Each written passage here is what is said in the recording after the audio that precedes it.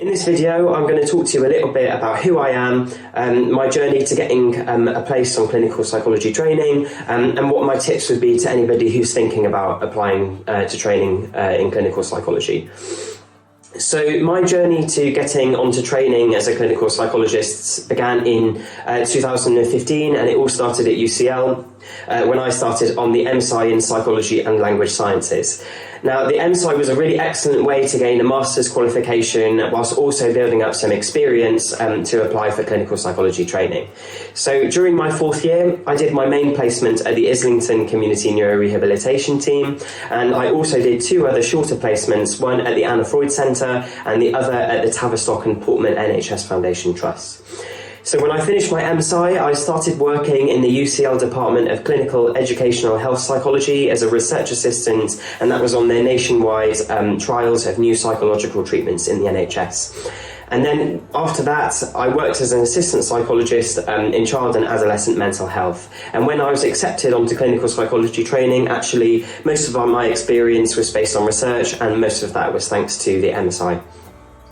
So in terms of what I did to get a clinical psychology training place, besides those studies, I also had other activities which I focused on which were helpful in taking my mind off the application process and also growing professionally.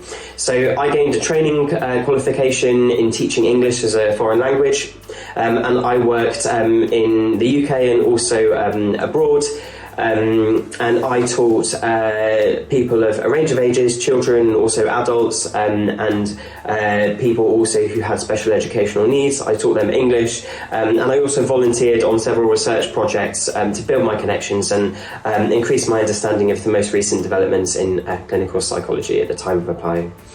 So in terms of what my tips would be if you're thinking about applying for clinical psychology, is most courses would expect you to have at least a year's worth of relevant experience at the time of applying. So that might be as an assistant psychologist, that's the most common route, but that also might be as a research assistant as well. And certainly at the time of applying for me, I had mainly research assistant experience, and I only just met the minimum requirement of a year's full-time experience, but that was totally fine. So more recently, you're actually seeing other ways of getting this experience. So it might be that you do psychological wellbeing practitioner training, it might be that you do some volunteering for charities such as Mind, but it also might be that you do some support work as well in healthcare. So getting this experience is really helpful when applying for the clinical psychology doctorate, because it shows that you're resilient and you can work in clinical settings, you can work with patients, and also you demonstrate that you have an understanding of what clinical psychologists would be expected to do as well.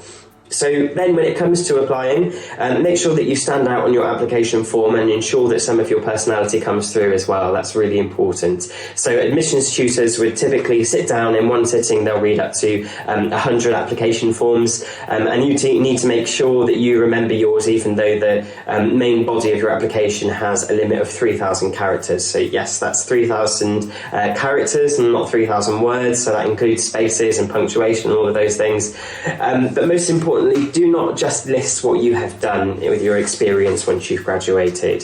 So don't just talk about the fact that you worked with clients, let's say with depression or anxiety, but really talk about what working within clinical psychology taught you about working with those clients in particular. So really reflect on what your experience has taught you, and that's really critical when applying. And also it might be helpful to ask other people around you to read your application form as well. So it might be that you ask your colleagues for tips, people that you studied with, and if your supervisor's got some time, then they might also be able to read your application too. And then when it comes to submitting your form, the wait to hear back is very long. The whole process from making your application, and then if you do get offered a place, to then starting on the course, overall it's a year. And once you do submit your application form, it takes 3 or 4 months to hear back about whether you've got an interview or not. So do something, focus on your interests and your hobbies and your passions outside of just clinical psychology, to make sure that you take care of yourself and you take your mind off the whole process, which can be quite stressful and long-winded. So make sure that you make the most of your contacts and the colleagues overall that you've built through your studies and your work, and also ask if there are any research projects that need support at universities. And when you work in the field, make sure that you use supervision if you have got that with your manager. If that's a clinical psychologist, that's great. If it's not, that's totally fine. But make sure you can use some time with your colleagues and your manager to sort of reflect upon how you're doing and develop your skills as well.